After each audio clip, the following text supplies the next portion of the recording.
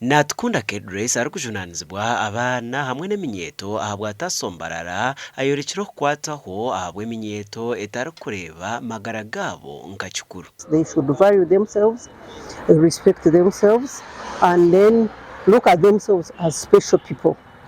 They should look at themselves as special people and individuals, not to be involved in peer influence. Ebi babigambire omushomo ogw'Eminyeto ogumazire biro bishatu ahari Generation Suits omuri Mbarara ogutebekanisibwe aba the Bible Society of Uganda omuhururu ya Young Samaritan.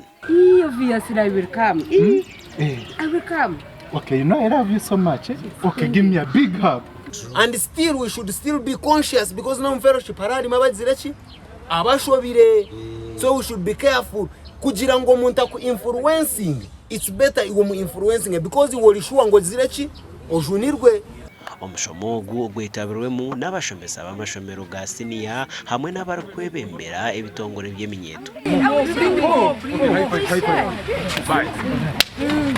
Age project yagumzamu neza kuyamba amashomero omukumaintaininga emico y'abana emirungi. Shomire bintu binje byakubasa kuyamba Eminyeto omukukora ensharamu nari okucamu kucera munonga amagara gabo.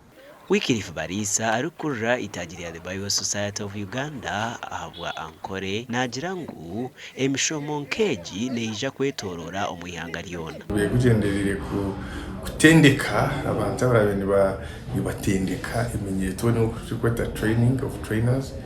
Eminyeto kucera munonga omukore kubasa kubaho, omukore kubasa kukurakurana, okubari kubasa kusharamu. The Michael Tumwachire abwa TV West Agacencwire.